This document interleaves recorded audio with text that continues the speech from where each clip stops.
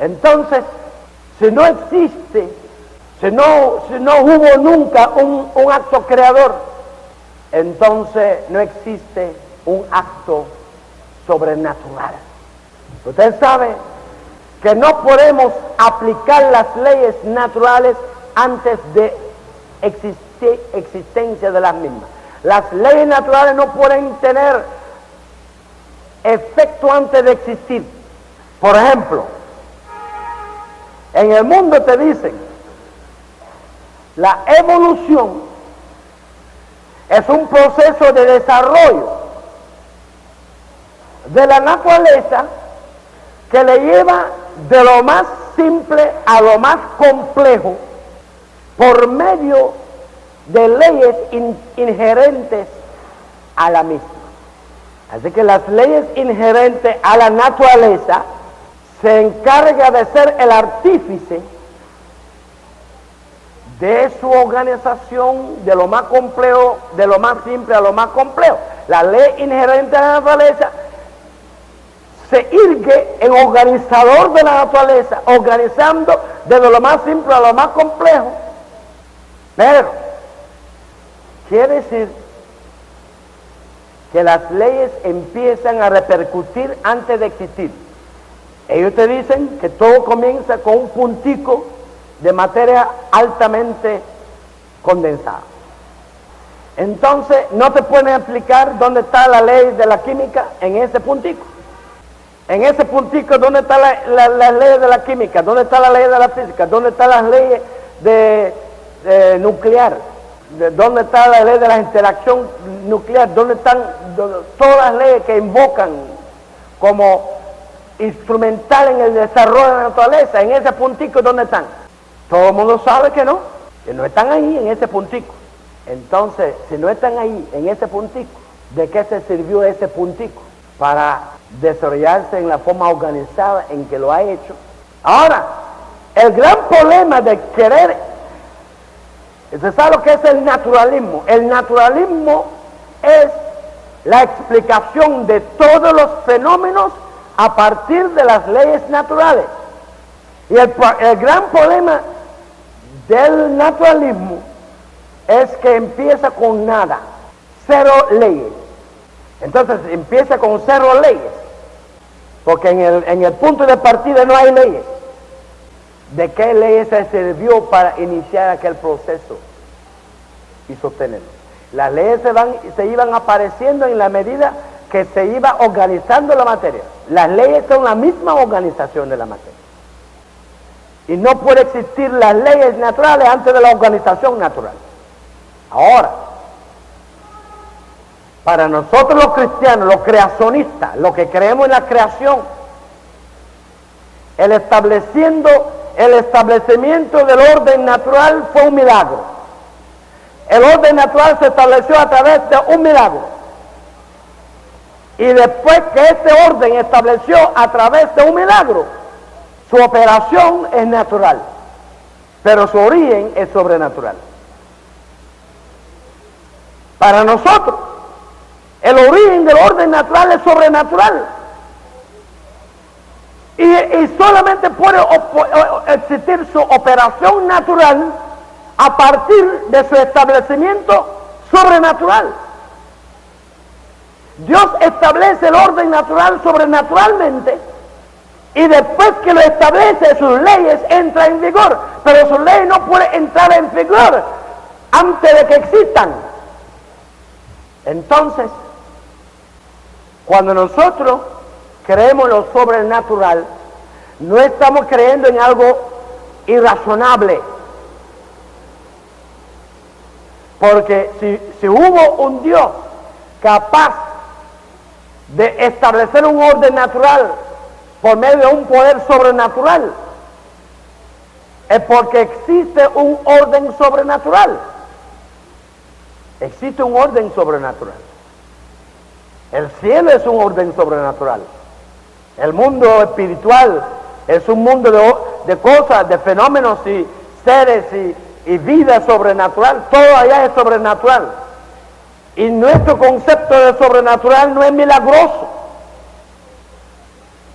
Tenemos que tenemos que diferenciar entre el milagro y la magia. Ahora, nosotros pensamos que tanto en el mundo sobrenatural como en el mundo natural, todo tiene su causa. Aleluya. ¿Cuál es la diferencia entre nosotros que creemos en el milagro?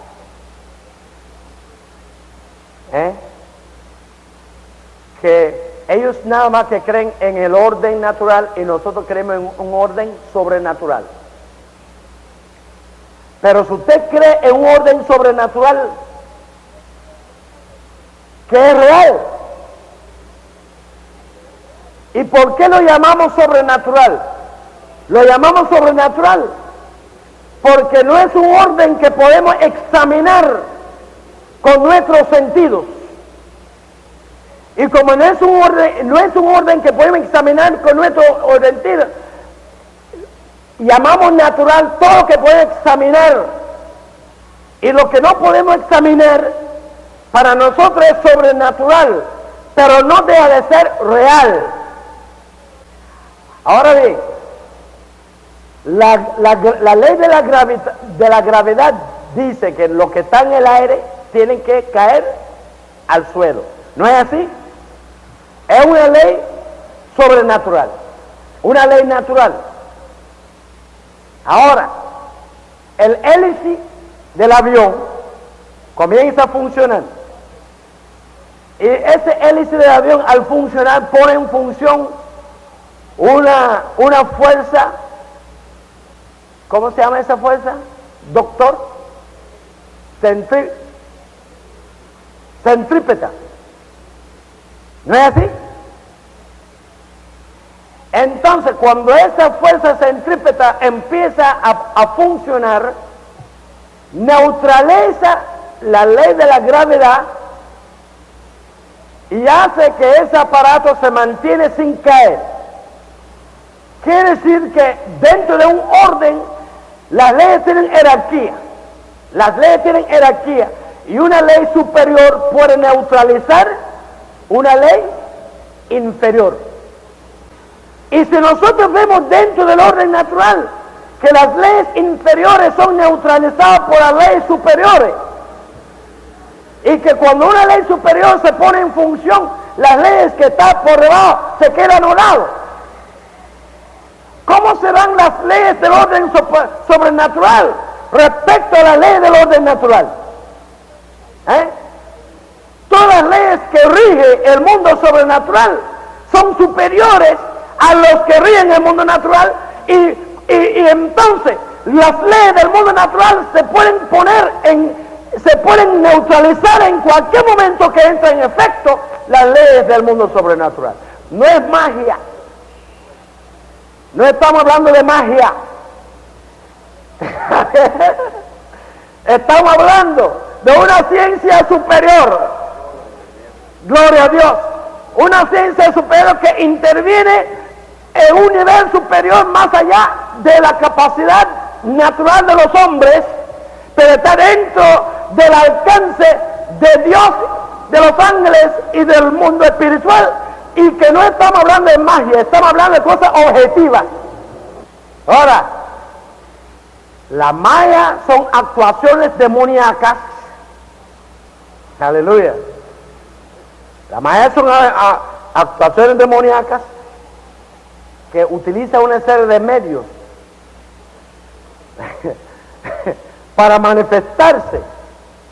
Y la iglesia tiene que tener mucho cuidado a la hora de los milagros, de estar muy bien claro de que estamos dentro de la espiritualidad de Dios y no la espiritualidad de Satanás. Porque en la espiritualidad de Satanás está la magia, en la espiritualidad de Dios está el milagro.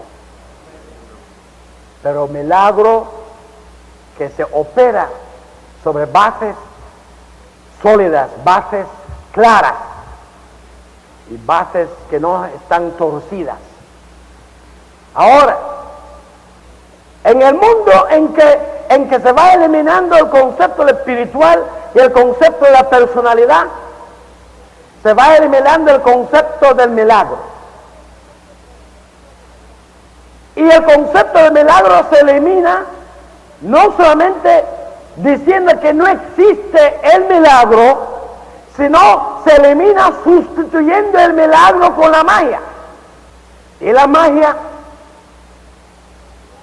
se caracteriza, en primer lugar, por no estar regido por principios éticos, que en las manifestaciones de la magia no hay atención a ningún tipo de criterio ético en las manifestaciones mágicas.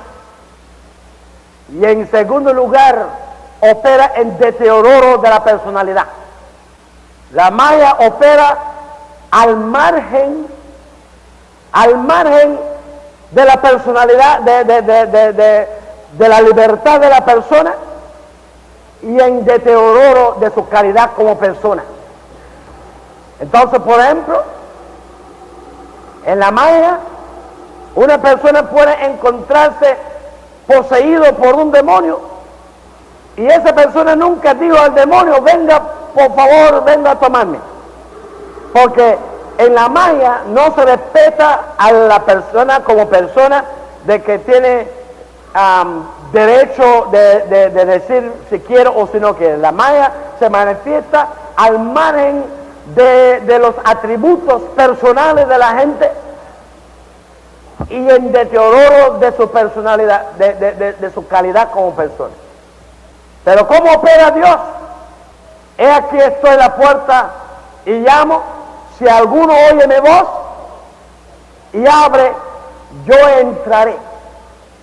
Por eso es que yo soy muy sospechoso cuando yo veo fenómenos en la iglesia de gente que de buena primera se manifiesta en ellos poderes sin ellos traernos sin nada, sin haber habido ningún trato con ellos en la base de la personalidad. Estas son manifestaciones muy propias del mundo de la magia, donde los individuos no tienen nada que ver con la cosa que le puede pasar. Pero en el mundo espiritual de Dios, el Señor siempre trata con usted como persona. Y la actuación de Dios en la vida siempre va a estar en base de su consentimiento. Por eso que nosotros los pastores nunca debemos tratar de conducir a la iglesia a que le pase cosas, sino debemos enseñarle la enseñanza bíblica de qué es lo que Dios quiere hacer en sus vidas y qué es lo que tienen que hacer para que Dios la haga. Pero no tratar de conducir a la iglesia a una histeria, a una cosa, para que le pase algo, porque cuando nosotros tratamos de trabajar la iglesia en esta forma, a veces no es el Espíritu de Dios el que va a estar actuando, sino el de otra gente. Porque Dios siempre apela a nosotros y Dios siempre nos muestra lo que Él quiere hacer y procura que nosotros nos abrazamos de sus propósitos de una manera clara y de una manera consentida. Y yo quiero terminar diciendo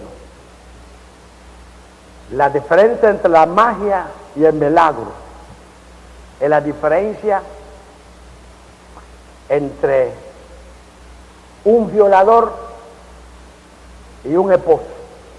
El violador no le interesó para nada la personalidad de la violada, sus sentimientos, sus sueños, sus aspiraciones, su corazón, no le interesó para nada eso. Simplemente hizo con ella lo que quiso. Y hay algunas personas que están presentando al Espíritu Santo como si fuera un violador,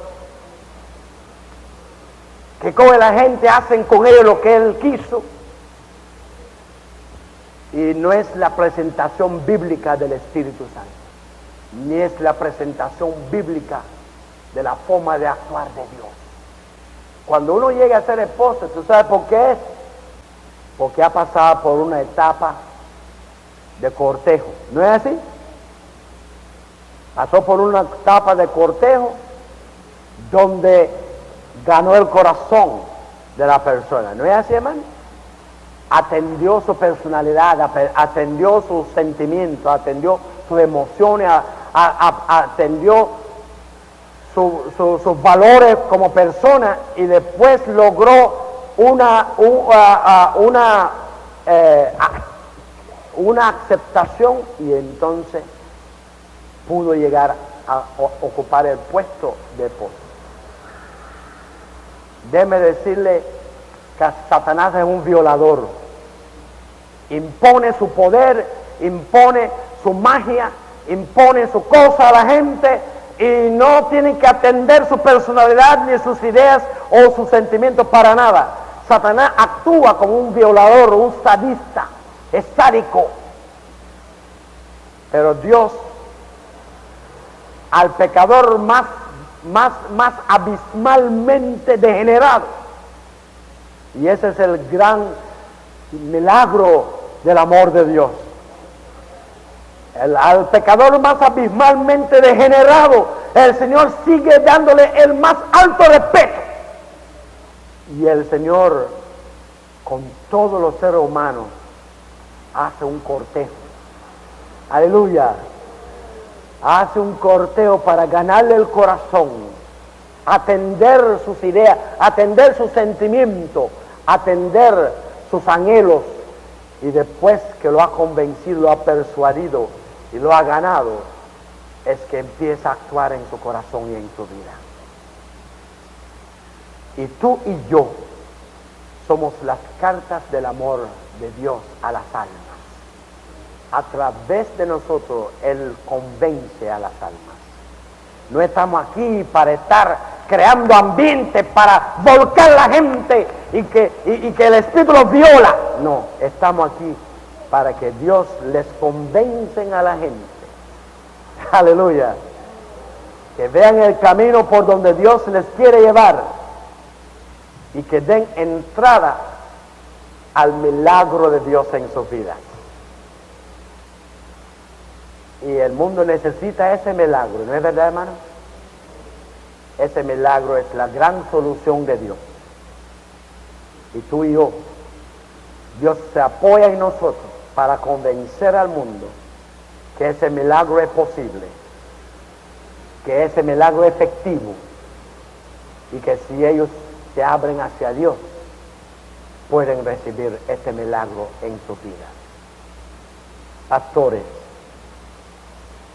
no es un camino fácil, pero es un camino que vale la pena.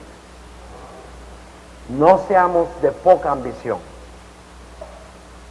tengamos muchas aspiraciones, pero que sean espirituales, y que Dios les bendiga. Entonces,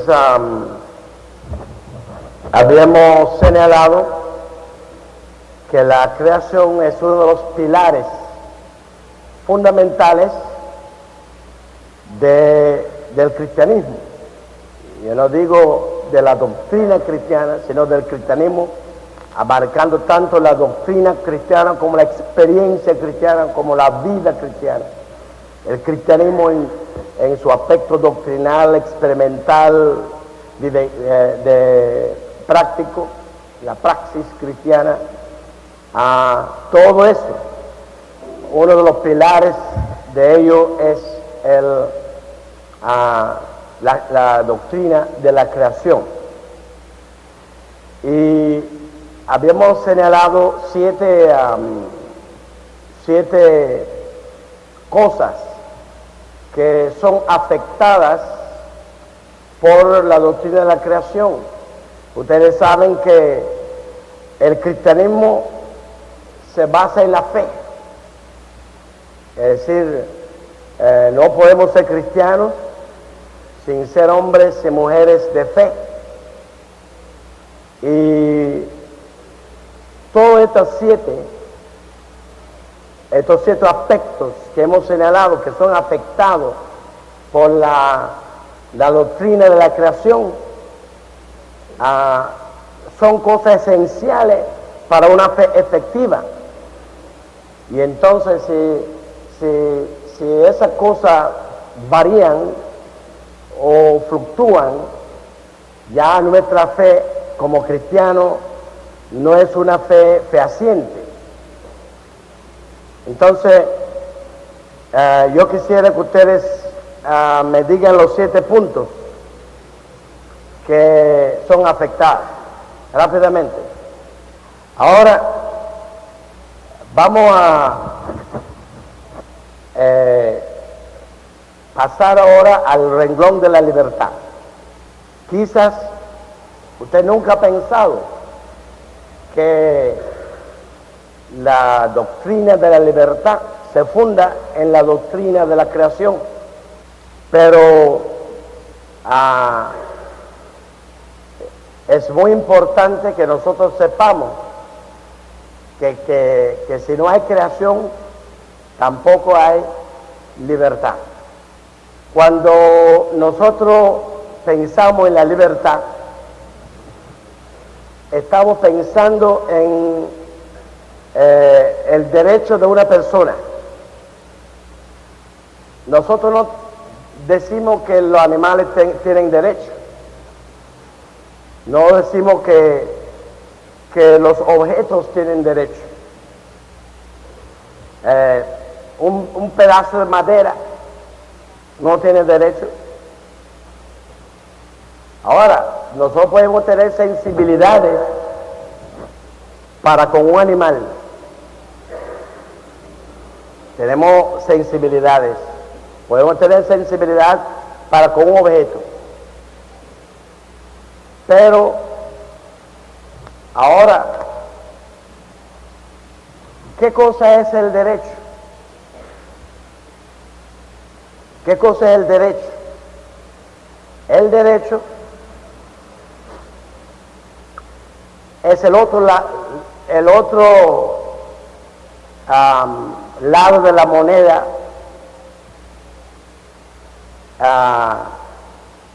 al otro lado está el deber. Mi derecho es su deber.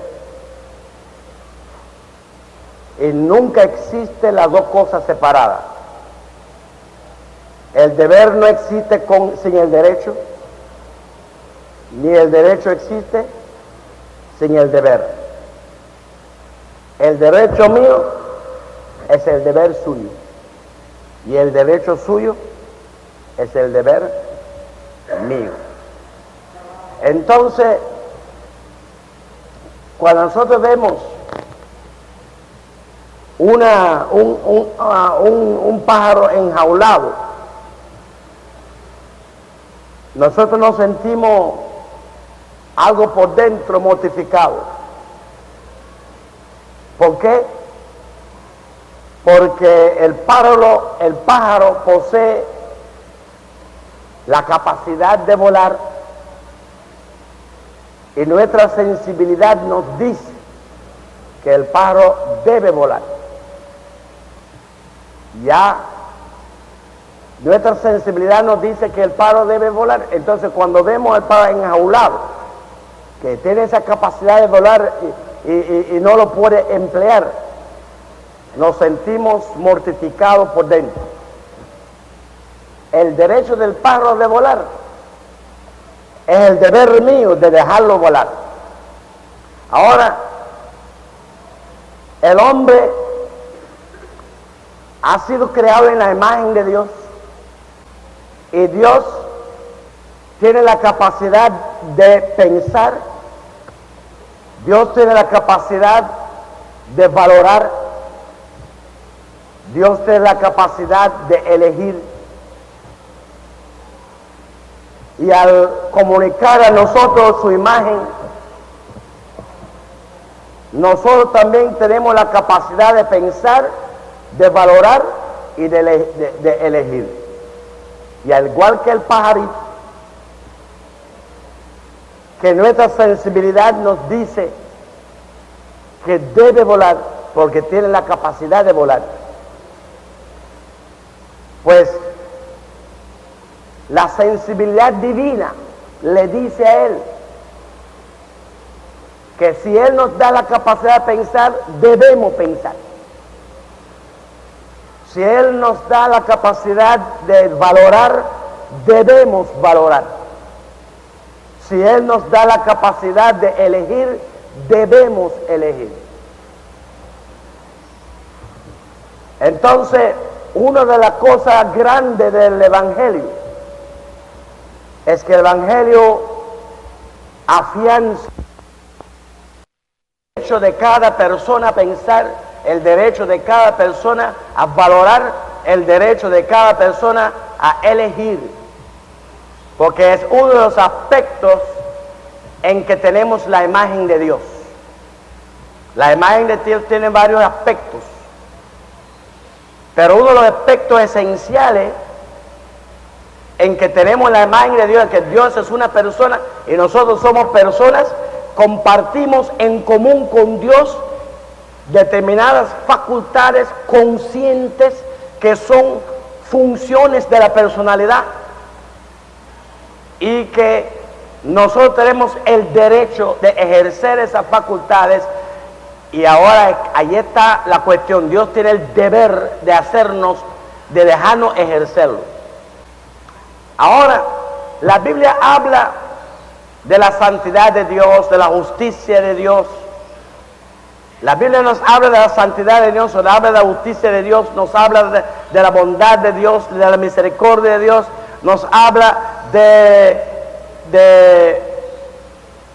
en fin, la Biblia aplica una cantidad de atributos éticos a Dios.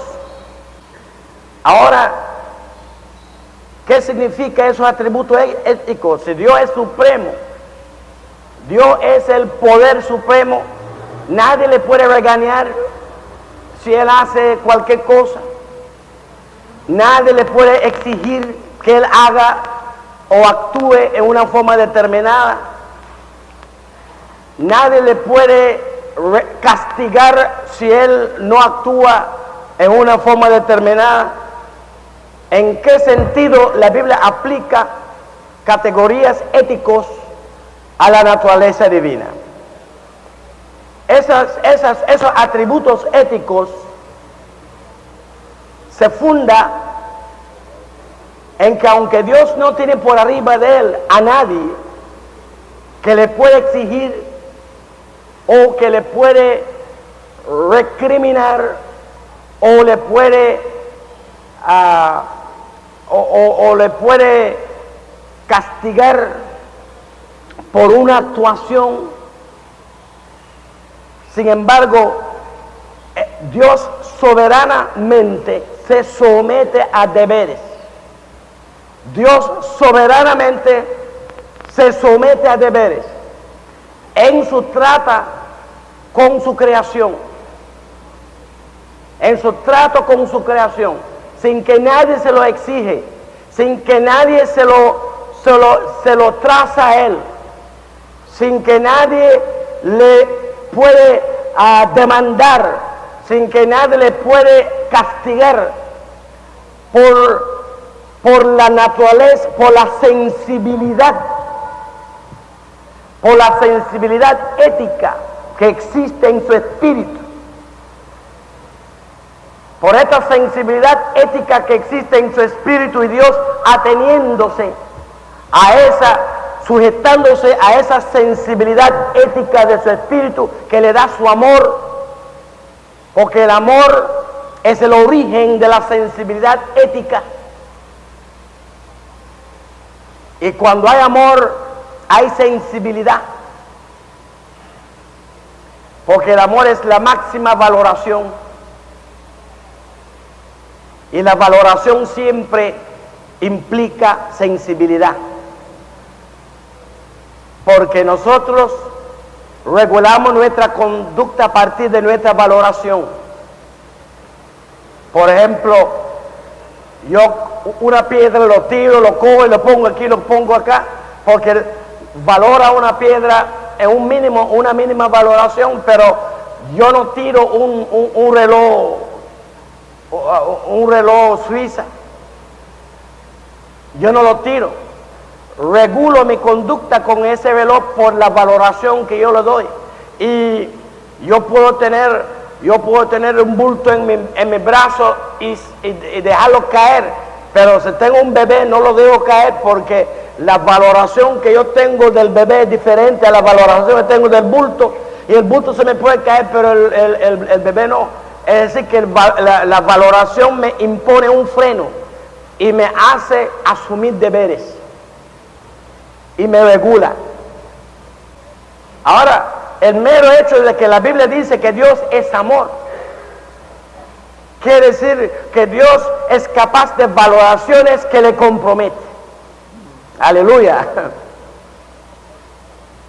Cuando dice Dios es amor, Dios es capaz de hacer valoraciones que le compromete, valoraciones que lo regula, valoraciones que lo hace refrenarse en determinados sentidos, y cuando actúa reguladamente a partir no de alguien que se le impone a él, sino a partir de la sensibilidad que promueve en él su amor. Cuando nosotros tenemos, por ejemplo, el apóstol Pablo utiliza una expresión en 2 de Corintios, capítulo 5, y dice en el versículo 14, porque el amor de Dios, ¿qué?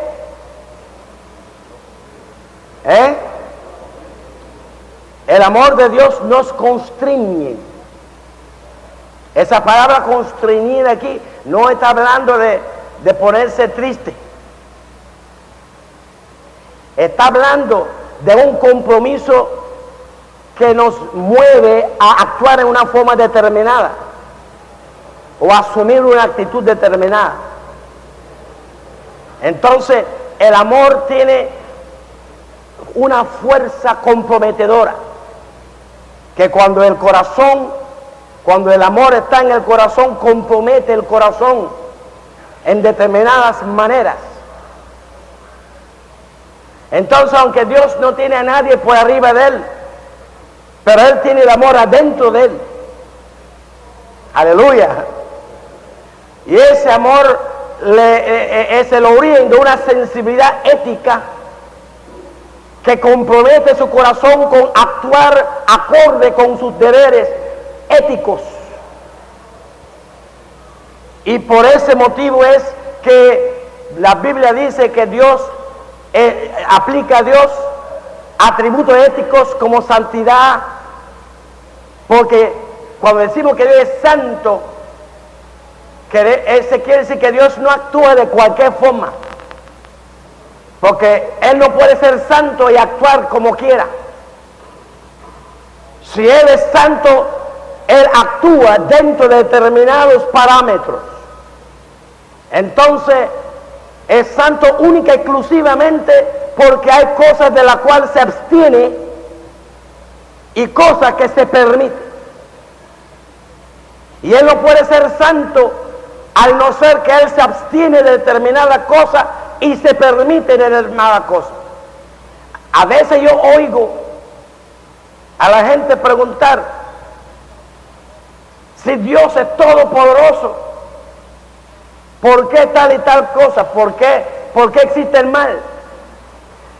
Estos individuos conciben el poder en la perspectiva de una historia de tiranos, de déspotas, de dictadores, de represivos, que conciben el poder como la capacidad de hacer lo que le da la gana. Entonces, como ellos tienen una historia de estar sometidos a poderes represivos que conciben el poder como la capacidad de hacer lo que le da la gana, y entonces un dictador no concibe que hay alguien que piense diferente o que actúa fuera de lo trazado, porque piensa que se disminuye de su poder. Piensa que no tiene poder si hay alguien que está pensando de otra forma. Entonces estas personas cogen esos modelos sucios y torcidos de poder y lo quieren aplicar a Dios. Dios no tiene poder si hay alguien que piensa diferente. Dios no tiene poder si hay alguien que camina diferente. Y no piensan que el reino de Dios existe hasta que no haya todo el mundo sujetado a él, igual que un dictador, en una dictadura. Pues están buscando no un reino de Dios, sino una dictadura de Dios. Ellos van a saber que el reino de Dios existe cuando cada última persona está sometido. Entonces, si hay 4 que están sirviendo a Dios con voluntad, el reino existe. Mientras que haya 3 que no están sometidos. Esta manera torcida, sucia y completamente deformada, incluso ha trastornado la interpretación bíblica del reino de Dios. Pero nosotros sabemos que Dios reina no por los que Dios reina no por los que no están sometidos, sino por los que están sometidos. Esa es la forma normal de un cerebro normal. Que el reino no existe por los que no están, sino por los que están. Entonces, encontramos que cuando nosotros pensamos en el poder de Dios, no estamos pensando en un poder represivo, sino estamos pensando en un poder ético. Y un poder ético es un poder que se abstiene y se permite. Un poder ético es un poder que abstiene de cosas y se permite cosas. Entonces, entonces cuando nosotros decimos que Dios es el Dios santo, lo que queremos decir que Dios es un poder ético, que Él se abstiene de cosas y se permite cosas. Entonces, a veces vemos religiosos que tienen el mismo concepto de poder que tiene el mundo sucio. Entonces ellos, yo he oído a muchos cristianos decir que el Espíritu Santo hace lo que le da la gana, y que si nosotros decimos que eso no puede ser, dice, usted cuestiona la soberanía de Dios, usted cuestiona el poder de Dios, usted no sabe que si Dios quiere lo hace. Esta persona está mostrando una crasa ignorancia acerca de qué cosa es el poder de Dios. Dios puede hacer todas las cosas, pero como un poder ético, Dios se autosomete a principios en su conducta. Y por eso es que decimos que Dios es santo, y Dios es justo, y Dios es bueno. Entonces, ¿quién es Satanás? ¿Y por qué decimos Dios santo? Y cuando hablamos de Satanás, si estamos hablando del Espíritu de Dios, lo llamamos el Espíritu Santo. ¿Por qué llamamos el Espíritu de Dios Espíritu Santo? Porque es un espíritu ético que actúa en determinada forma y se abstiene de actuar en determinada forma. Por eso que lo llamamos Espíritu Santo. Ahora, ¿por qué el espíritu de Satanás lo llamamos espíritu maligno? Porque hace lo que le da la gana. Porque el espíritu del maligno no acepta deberes. El espíritu maligno no acepta pautas. El espíritu del maligno está en rebeldía contra todo lo que va a pautar su conducta, y el espíritu maligno actúa por la libre, y no hay límite a lo que un espíritu maligno puede hacer.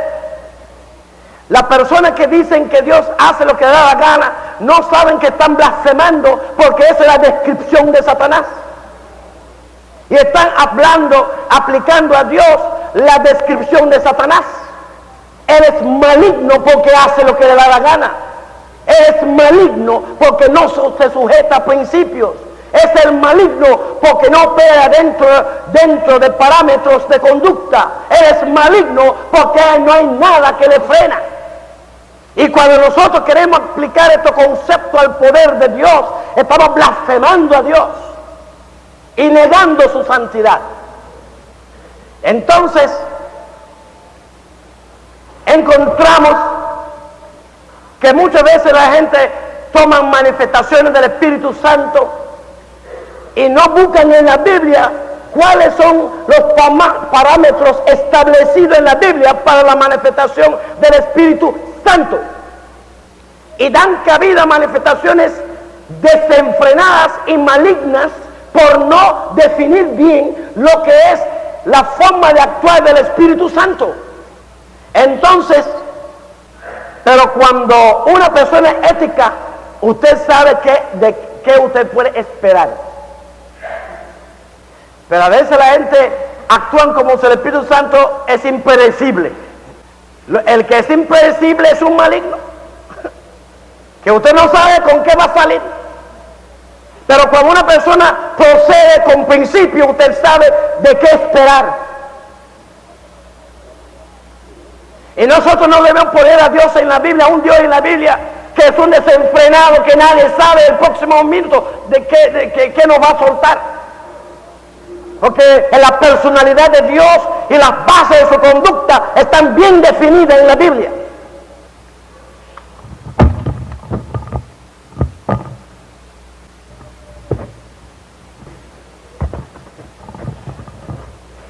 No va a callar, ¿oíste?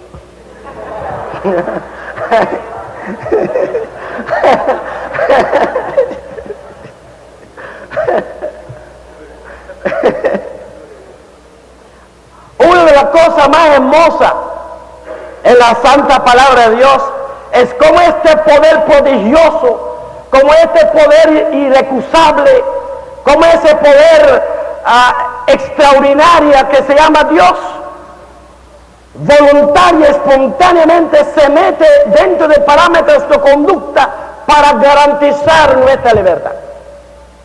Cuando usted está en la selva, prevalece la fuerza. La ley de la jungla es la ley de la fuerza. Y el débil no tiene defensa contra el más fuerte. El más fuerte puede actuar con absoluta libertad. Y el débil no tiene recurso ante la fuerza.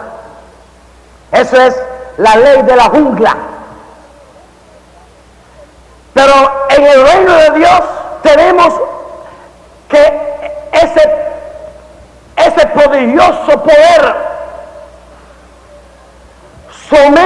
se somete a principios éticos para que las criaturas no estén en indefensa frente a su poder. Aleluya. Para que los débiles no estén indefensa ante su poder. Él practica la ética, él practica la moral, él practica el deber. Porque el deber siempre es la defensa del otro. Y por eso es que a los egocéntricos no les interesa deberes. Porque el deber garantiza los intereses del otro. Y el que es egoísta no le interesa deberes. Nosotros interesamos lo que garantiza nuestros intereses, pero no lo que garantiza el interés de los demás. Pero a Dios le interesan nuestros intereses, por eso es que Él asume deberes. Porque cuando Él se somete a deberes, entonces los más débiles están garantizadas frente a su poder. Y encontramos que nosotros tenemos la imagen de Dios y somos libres al igual que Dios es libre. Pero ahí es donde está la diferencia entre el libertinaje y libertad. Libertinaje es la imagen de Satanás en el hombre. El libertinaje es la imagen de Satanás en el hombre. En la misma forma que Satanás se zafa de todo deber, se zafa de todo principio, se zafa de todo compromiso, se zafa de toda pauta y parámetro para su conducta y actúa como una fuerza desenfrenada y desordenada. Y los demonios por igual, Satanás y los demonios son la ley que rige la vida de ellos, es la ley del libertinaje. Una libertad que no se autosomete a ningún parámetro de conducta. Una libertad que no se autosomete a ningún principio o ningún deber. Este es lo que es el espíritu maligno. Y las personas que están imbuidos del espíritu del libertinaje son personas que llevan adentro la imagen de Satanás.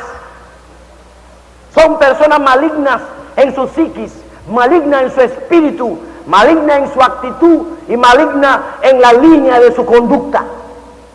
La diferencia entre el libertinaje y la libertad es que aunque nosotros somos libres, nos autosometemos a deberes, nos autosometemos a compromisos, nos autosometemos a principios de conducta, somos capaces de abstener y somos capaces de permitirnos conducta cuando nuestra sensibilidad moral y ética nos muestra que es el camino correcto. Y en este sentido, nosotros tenemos la imagen de Dios. Por eso es que la moral es uno de los aspectos de la imagen de Dios. Porque la moral comienza en la naturaleza divina. Cuando Dios se autosomete sin que nadie se lo impone, se autosomete a compromisos y deberes y líneas éticas de conducta. Entonces, cuando nosotros actuamos con moralidad, estamos manifestando la imagen de Dios. Y cuando actuamos con libertinaje, estamos manifestando la imagen del maligno. Entonces, encontramos que hemos llegado a tener esas facultades, inteligencia, afectividad, voluntad. Tenemos el derecho de usarlos, lo cual hace que seamos seres libres, pero también somos creados hijos de Dios. Y no solamente tenemos la libertad, sino también como hijos de Dios tenemos la moralidad. Y la moralidad compromete el corazón a actuar bien. Entonces, somos libres, pero somos morales. Y tenemos la capacidad de autosujetarnos y autorregularnos, que también Dios tiene, por lo cual Él es moral, Él es santo, y nosotros estamos creados como hijos de Él, con la semejanza de Dios, y con la capacidad de ser libre y sin embargo no actuar por la libre, de tener libertad y sin embargo actuar dentro de parámetros de conducta, de ser seres libres y sin embargo autosujetarnos a compromisos éticos en nuestras vidas. Y en eso estamos demostrando que somos hijos de Dios, que tenemos su semejanza, que reflejemos su forma de ser y reflejamos su forma de proceder. Ahora, pero Dios nos ha colocado como seres libres dentro de una creación, ¿verdad? Y una creación es un orden. Y nosotros cuando hablamos en la primera clase acerca de, dice, Dios creó, hablamos que ese no es solamente que Dios de la nada trajo algo, sino que ese algo es algo bien organizado, algo bien ordenado, es algo que tiene un ordenamiento, y la forma en que está estructurado y organizado, eso es una elección divina, y los propósitos que Dios está llevando a cabo a través de ese orden que Él ha establecido. Ese propósito, esa razón de ser de ese orden es también una elección divina. Y aquí Dios ha hecho esa creación con un orden establecido y con propósitos determinados por Él, y ha puesto dentro a un ser libre. Y la libertad significa que ese individuo puede utilizar su facultad de pensar acorde con el orden establecido, o puede utilizarlo en contravención del orden establecido. Puede escoger valores que están acorde con los valores de Dios, o puede escoger valores que no están acorde con los valores de Dios. Puede elegir caminos que son acorde con el camino que Dios se ha propuesto, o puede elegir caminos que entran en contradicción con los caminos de Dios. Pero si ese hombre que es libre y que está dentro de un marco ordenado, si su vínculo con Dios es un vínculo de amor, el amor va a comprometer su corazón a actuar acorde con Dios. Si su relación con Dios como hijo de Dios, que el hombre fue creado un hijo de Dios, y si su relación con Dios como hijo de Dios es una relación de amor, entonces ese amor le va a dar una sensibilidad ética que compromete su corazón a que sus pensamientos estén en acorde con el orden establecido por Dios, que sus valores sean valores coherentes con el orden establecido con Dios, y que sus elecciones sean coherentes con las elecciones divinas. Pero si este individuo le mueve un espíritu maligno, que es un espíritu desenfrenado, un espíritu libertino, que es el espíritu maligno, entonces ese individuo